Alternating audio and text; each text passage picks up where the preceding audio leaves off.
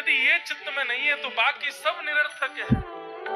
महाराज जी, हमारे गोविंद दास जी 500 वर्ष पहले श्री गिरिराज जी में हुए और इनके साथ ठाकुर जी खेलते थे। श्री गिरिराज जी मंदिर छोड़ करके आते थे। हमारे यहाँ ब्रज में आज भी नियम है कि दोपहर में 12 बजे ठाकुर जी का मंदिर बंद हो जाते हैं सब जगह। 12-1 बजे सारे मंदिर बंद हो जाएंगे वृंदावन में। ठाकुर जी सोते नहीं है, ठाकुर जी गैया चराने जाते हैं। वृंदावन में तो बनचारी है ना ठाकुर जी, इसलिए गैया चराने गए ठाकुर जी। और वही बीच का जो समय है 12 बजे से लेकर के 4-5 बजे तक का, वृंदावन में श्री कृष्ण का अनुभव 2 समय में हो सकता है, या तो 12:30-1 बजे से लेकर के 4:30 बजे तक, या फिर रात्रि 10 बजे से लेकर के सुबह 6 बजे तक। या तो पूरी रात्रि आपको श्री कृष्ण अनुग्रह करा सकते हैं, या ये दोपहर का समय जो वन चारण के लिए ठाकुर जी जाते हैं। तो गोविंद दास जी, गोविंद स्वामी जी प्रत्यक्ष में देखने में तो गवैया हैं। रोको एक लीला सुनाए फिर गाएंगे आगे का पद। वो देखने में कौन है? बोले कि मंदिर में जाते हैं ठाकुर जी को पद सुनाते हैं, लेकिन उनकी अंतरंग इशारे चलते थे ठाकुर जी के साथ। जैसे ही गोविंद दास जी पद गाते थे, गुसाई जी श्रृंगार करते थे ठाकुर जी का, गोविंद दास जी पीछे खड़े खड़े पद गाते थे। तो जैसे ही गुसाई जी श्रृंगार करते करते थोड़ा श्रृंगार लेने के लिए नेक दूर जाते, ठाकुर जी ऐसे खड़े खड़े नीचे से एक मोती उठाते, मोती उठा के ये मारते टक के गोविंद दास के सिर पे। और जैसे ही गोविंद दास के सिर पे लगती, गोविंद दास के तो माने ना दारी की, तो बताऊं रुक जा। जैसे ही वो मोती लेकर के वापस गोविंद दास मारते, तब तक गुसाई जी वापस आ जाते। और गुसाई जी के आते ही वो मोती ठाकुर जी की जगह गुसाई जी में जाके लग जाता। गुसाई जी कहते, हे गोविंदा, तू ठाकुर जी को मोती मार रहा है? गोविंदास बोले, मेरो माथो देखियो, ये गुम्माटो फूल को ये आपके लाला ने मारो मोए। आपको लाला ऊधम मचावे वो ना दिखाई दे आपको, और मैं नेक कछु कह दूं सो मुंह पे चिल्ला रहे हो, मुंह पे बरस रहे हो, या समझा लो बहुत ऊधम मचावे ये। ऐसी लीला करते। गुसाई जी के नेत्रों में आंसू आ जाते। बोले, गोविंदा तू कितनो भाग्यशाली, तेरे संग ठाकुर जी लीला करें। गोविंदास के साथ ऐसी ऐसी लीला करते महाराज। एक बार ठाकुर जी गोविंदास से बोले, ए गोविंदा, बोले हाँ, मेरो दाल बाटी खावे को मन हेरो है। आप लोग दाल बाटी जानते हैं? महाराष्ट्र में खाते हैं दाल बाटी है? राजस्थान की बढ़िया, हमारे ब्रज में खूब खाते हैं दाल बाटी चूरमा, जो खाए सो सूरमा। तो दाल बाटी चूरमा, ठाकुर जी बोले, ए गोविंदा, ऐसे ही बोलते थे, और मोए दाल बाटी खानी है। गोविंदास बोले, 56 भोग बनते हैं रसोई में। अपरस में मुंह पे पट्टी बांध करके महाराज रसोईया बनाता है। अपरस में यमुना जी का जल आता है वहां से, वृंदावन से, उसके जल में सुंदर प्रसादी बनती है। इतने सुंदर शुद्ध भोजन को छोड़ के यहाँ दाल बाटी खानी है। ठीक है, मैं आज बोल दूंगा रसोई घर में बनवा देता हूँ। बोले, ना रसोई की ना खानी तो? बोले, तेरी कदम खंडी में आऊंगा। गोविंदास जी जहां बैठ करके भजन चिंतन करते थे, मंदिर से थोड़ा दूर था, सुंदर वन था गिरिराज जी में। बोले, मां आऊंगो और वहीं पे तू कंडा, वही गोबरी कंडा में बना, और कंडा में बना के तैयार कर, मैं आऊंगा वहीं खाऊंगा। गोविंदास जी बोले, यहाँ सब लोग आपको मंदिर में पूजने आते हैं, आप यहाँ पे भगवान हो, ऐसे कहीं खाने पीने आओ। बोले, कोई को पता थोड़ी चलेगी, मैं आ जाऊंगा, तू चिंता मत करे, तू सुन तैयारी कर ले, आज मैं तेरे यहाँ आके प्रसाद पाऊंगा। गोविंदास जी चुपचाप मंदिर से भाग गए, किसी को बताया नहीं। किसी को पता थोड़ी कि ठाकुर जी ऐसे बाहर भी चले जाते हैं, सबको लगे अंदर ही रहते हैं ये। गोविंदास जी दौड़ करके गए, बढ़िया कंडा में बढ़िया उपले उपले लगा करके महाराज बाटी बनाई, दाल चढ़ा दी सुंदर, ठाकुर जी आएंगे पाने। एक पंथ दो काज, ठाकुर जी को 2 लीलाएं एक साथ करनी थी। एक तो गोविंद दास के संग सुख लेना है, और एक झाड़ू लगाने वाला गिरिराज जी की तलहटी में झाड़ू लगाता था, उसको मंदिर में प्रवेश नहीं करने देते थे लोग। तो वो बेचारा बाहर खड़ा खड़ा ही दर्शनार्थियों से पूछता था कि ठाकुर जी दिख कैसे रहे, मुझे ये बता दो। दर्शनार्थी आकर के बताते थे नीली नीली ठाकुर जी ने बाघा पहना है, गले में मोतियों की माला है, मकराकृत कुंडल है, ऐसा टिपारा ठाकुर जी के सिर पर रखा है और ऐसा ठाकुर जी का श्रृंगार है। तो वो बाहर खड़ा खड़ा नेत्र बंद करके सुन सुन करके ही अपने चित्त में एक झांकी बना लेता था और मन में सोचता था ऐसे दिख रहे होंगे ठाकुर जी।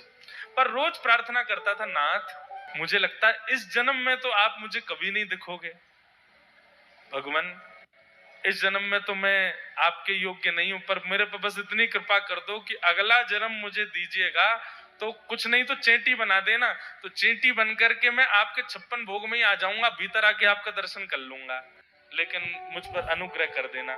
ठाकुर जी उसके इस भाव से इतने रीझ गए। गोविंद दास को बोला था कि दाल बाटी खाने आएंगे, अब मंदिर बंद करके सब तो चले गए, वहां से सब लोग भोजनालय में भोजन प्रसाद पाने लगे। ठाकुर जी मंदिर से निकले अचक करके बाहर, गिरिराज पर्वत के ऊपर विराजते थे। जैसे ही बाहर निकल करके आए तो गिरिराज पर्वत के नीचे ही वही झाड़ू लगाने वाला उन नेत्रों से आंसू बह रहे थे। ठाकुर जी का चिंतन कर रहा था, आज ठाकुर जी ऐसे दिख रहे हैं, आज नीली पोशाक पहनी है, सिर पर चांदी का मुकुट पहना है, ठाकुर जी ने आज गुलाब का इत्र लगाया है, ठाकुर जी के ऐसे ऐसे मकराकृत ठाकुर जी के कटाक्ष, वो सब चिंतन कर रहा था।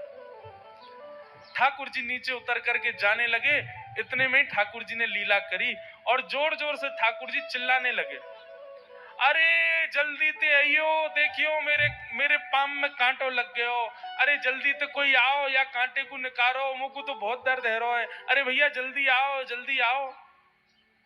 अब ये स्वर जैसे ही सुना उस झाड़ू लगाने वाले ने, उसके नेत्र खुल गए। उसने देखा, बोले कि ये स्वर कहां से आ रहा है। उसने जैसे ही नेत्र उठा करके ऊपर देखा तो नीला बाघा पहना है, मोतियों की माला पहनी है, मकराकृत कुंडल पहना है, चांदी का मुकुट चमक रहा है मस्तिष्क पर, ठाकुर जी के केश घुंघराले लहरा रहे हैं और ठाकुर जी अपना एक पाम हाथ में पकड़ करके और एक पैर पर लंगड़ी जैसे खेलते हैं ऐसे ठाकुर जी कूद रहे हैं यहां से वहां। नीचे से झाड़ू लगाने वाले लगे, अरे ऐसा पुरुष तो मैंने जीवन में कभी नहीं देखा, ये कैसा पुरुष है। नीचे से ही ठाकुर जी को देखने लगा। अब स्वरूप उसको पता था तो उसने कही ये जरूर ठाकुर जी होंगे, वहीं से प्रणाम कर। ठाकुर जी बोले प्रणाम कर रहा, दारी के जल्दी ऊपर आ, कांटो लगो मेरे पाम में या को निकार। बोलने लगा, बोले मैं ऊपर नहीं आ सकता, गुसाई जी मारेंगे, सब लोग डांटेंगे मुझे। अरे नहीं गुसाई जी ऐसा कुछ ना कहें, ये सब तो बाहर के लोगों ने नियम बना दिए, मैं तो सबसे मिलूं, तू आजा जल्दी ऊपर। जैसे ही ऊपर गया, ज्यों ज्यों ठाकुर जी के समीप जाए त्यों त्यों उसके नेत्र सजल होते जाएं। ठाकुर जी के बिल्कुल समीप पहुंच गया। भगवान बोले, देख काई को रो भैया, जल्दी कर, मेरे पाम में कांटो लगो या को निकार। जिन चरण कमलों के स्पर्श के लिए सदा लक्ष्मी लालायित रहती है, ठाकुर जी ने उसकी गोद में अनायास अपने चरण रख दिए। बोले जल्दी कांटो निकार, कांटो लगो मेरे पाम में। अब वो ठाकुर जी के सुंदर तलवों को अपने हाथ से ऐसे देख रहा है, ढूंढ रहा है कहाँ कांटा लगा है, कहीं उसको कांटा मिल गया। अब इतने कोमल चरण ठाकुर जी के, उसके नेत्रों से आंसू भी गिरते जा रहे हैं, भाव विह्वल होता जा रहा है। मेरे सौभाग्य की सराहना, ठाकुर जी के इतने समीप। कांटा निकालने के लिए बार बार अपने अंगूठे से खींचे लेकिन कांटा नहीं निकले। ठाकुर जी बोले, अरे जे हाथ पे ना निकलेगो। उसने पूछा कैसे निकलेगा। बोले, अरे मेरो पाम पकड़ के अपने मुंह के पास ले जा और दांतन से निकाल, तब निकलेगा ये। आहा, कितनी कृपा की ठाकुर जी। कृपा की न होती जो आदत तुम्हारी, तो सूनी ही रहती अदालत तुम्हारी। जो दीनों के दिल में जगह तुम न पाते, तो किस दिल में होती हिफाजत तुम्हारी। कृपा की न होती जो आदत तुम्हारी, तो सूनी ही रहती अदालत तुम्हारी। कितनी कृपा। उसने कांटा निकाला मुख से। ठाकुर जी बोले, अब चल, मुंह से चलो ना जा रहा। गोविंद दास ने अपनी कदम खंडी में दाल बाटी बनाई है, मुंह ले चल वहां पे। बोला कैसे लेके चलूं। बोले तेरे कंधान पे बैठ जाऊंगा मैं और ठाकुर जी ने अपने दोनों पांव ऐसे लटका लिए उसके यहाँ पे और सिर पकड़ करके उसके ऊपर ही बैठ गए। बोले चल ले चल मुकु। वो तो महाराज बेहोशी सी हो रही है, उसको विश्वास ही नहीं हो रहा ठाकुर जी मेरे संग इतनी बड़ी लीला कर रहे हैं। गोविंद दास की कदम खंडी में पहुंचने से पहले उस बालक ने ठाकुर जी गोविंद दास जी मुझे बहुत मारेंगे, अगर उनको पता चल गई मैंने आपको छू लिया है तो मुझे बहुत डांटेंगे, आप एक काम करो अब यहाँ से आप पैदल चले जाओ, मैं यहीं खड़ा हूँ। ठाकुर जी बोले यहीं खड़ो रही हो, तेरे काजी दाल बाटी लेके आऊंगा मैं। ठाकुर जी पहुंच गए गोविंद दास के पास। आहा, जो ठाकुर जी अचल दिखते हैं सबको मंदिर में, वो सचल दिखते हैं गोविंद दास को। कितनी बड़ी कृपा। गोविंद दास के यहाँ ठाकुर जी पहुंच गए और पहुंच करके ठाकुर जी बोले चल गोविंदा जल्दी खवा, मुझको तो बहुत जोर की भूख लगी है। गोविंद दास बोले हाँ हाँ विराजो। सुंदर व्यवस्था कर दी। ठाकुर जी बैठ गए और बैठ करके सामने पत्तल पर महाराज बाटी रखी, दाल रखी, चूरमा रखी, चटनी रखी, सब बढ़िया सुंदर सजा दी। अब ठाकुर जी पा रहे हैं, प्रेम से पाते जा रहे हैं और पाते पाते बीच में गए और ला और जल्दी ला, भूख लग रही है मुझको।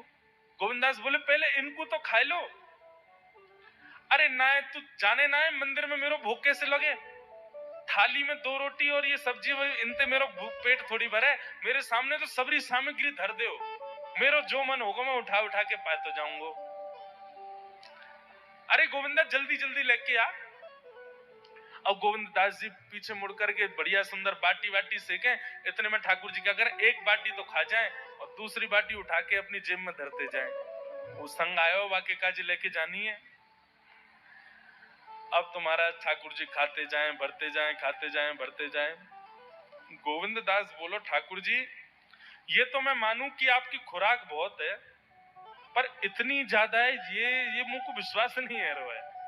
क्यों है 56 बाटी खा गए हो अब तक आप? अरे कोई तुकना है, पेट है कि समुद्र है, कुआ है, कहा है आपको? ठाकुर जी बोले अच्छा दारी के ऐसे बोले, चलो जाऊंगा मैं। अरे नहीं नहीं जय जय आप तो पाओ। ठाकुर जी तो जेब में भरते जा रहे थे। अब ठाकुर जी का पेट भर गया। ठाकुर जी बोले चल भैया गोविंदा अब पेट भर गया, नेक देर हम एक पेड़ के नीचे बैठ के नेक सुस्ताए लें, फिर बाकी बाद मंदिर में जाएंगे, 4 बजे मंदिर खुल जाएगा, दर्शन देने। जैसे ही ठाकुर जी खड़े भये महाराज, सोई उनकी पीतांबरी फैल गई। पीतांबरी फैली। गोविंदास बोले जय जय ये बाटी खाए के आप इतनी जल्दी मोटे कैसे है गए? ये पेट आपको है तो सही, लेकिन ये इतना चौड़ो कैसे है गो? और पेट कोई खावे तो वो आगे की तरफ निकल रही है, ये कोने में कैसे निकल रहा है? ये दोनों तरफ पेट बाहर कैसे आ रहा है आपको? ठाकुर जी ने ना कछु नहीं नहीं नहीं दिखाओ। अब तो महाराज गोविंदास ने पकड़ के जैसे ही पकड़े तो अंदर से बाटी निकल आई। जे बाटी कौन के काजे भर के ले जा रहे हो? सही सही बताइयो लाला, कौन के काजे? कोई और सखा बना लियो तुमने मेरे अलावा? गोविंदास जी बाहर गए, बाहर जाकर के देखा तो एक वृक्ष के पीछे वो झाड़ू लगाने वाला बैठा था। अच्छा तो अब जे आपको सखा बन गए, जे आपको मित्र है गयो, या के काजे बाटी भर के ला रहे हो? ठाकुर जी के अच्छा अरे भैया ठीक है, अब तू सबंत कह मत दियो कि मैं या के संग आयो, या के संग खेलूं। अरे बेचारो बड़ो प्रेम करे मोते, ये भूखो बेचारो, मैंने सोची या के काजी बाटी ले चलूं। गोविंद दास जी के चित्त में एक क्षण के लिए तो ये भाव आ रहा है कि ठाकुर जी कितने प्रेमी हैं, लेकिन बाहर से कैसा दिखा रहे हैं?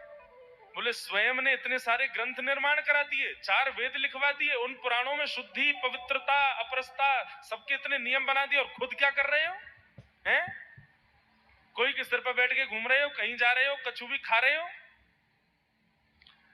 ठाकुर जी बोले अब ये सब नियम तो मानवन के लिए है ना, हम तो जय जय हैं, हम थोड़ी करेंगे इन नियमन को। बोले चुपचाप चलो और आचमन करो, शुद्धि करो, तब जाइयो मंदिर में। वहीं गोविंद कुंड के पास में गोविंद दास जी ने जबरदस्ती ठाकुर जी बैठा दिए। बोले हाथ में जल लो। ठाकुर जी जल लेकर के बैठे। बोले अब करो अपवित्र पवित्रो वा सर्वावस्थांगतो पिवा। ठाकुर जी आचमन कर रहे हैं, अपनी पवित्र कर रहे हैं ऊपर से लेकर नीचे तक। इतने में ही गोविंद दास बोलते बोलते बोलते बोलते पीछे की गए और ठाकुर जी की पीठ पे जाकर के एक धक्का दियो महाराज, पूरे ठाकुर जी डुबा दिए कुंड में। ठाकुर जी पूरे ऊपर से नीचे तक भीज गए। ठाकुर जी दारी के तेरी शिकायत करूंगो, गुसाई जी तो कहूंगो तू ऐसे करे मेरे संग। गोविंदास बोले मैं हूं बता दूंगा तुम कौन कौन के कंधान पे चढ़ के घूमो। आप मंदिर के लिए इतना नियम बना रखो है, नहा के आओ, धो के आओ, हाथ पांव खासा करके आओ, और कुछ अपवित्र वस्तु मत छीलेना, अपरस में रहना, गीला वस्त्र तन पे होना चाहिए। आपकी सेवा के लिए इतने नियम और खुद क्या कर रहे हो? ऐसे गोविंद दास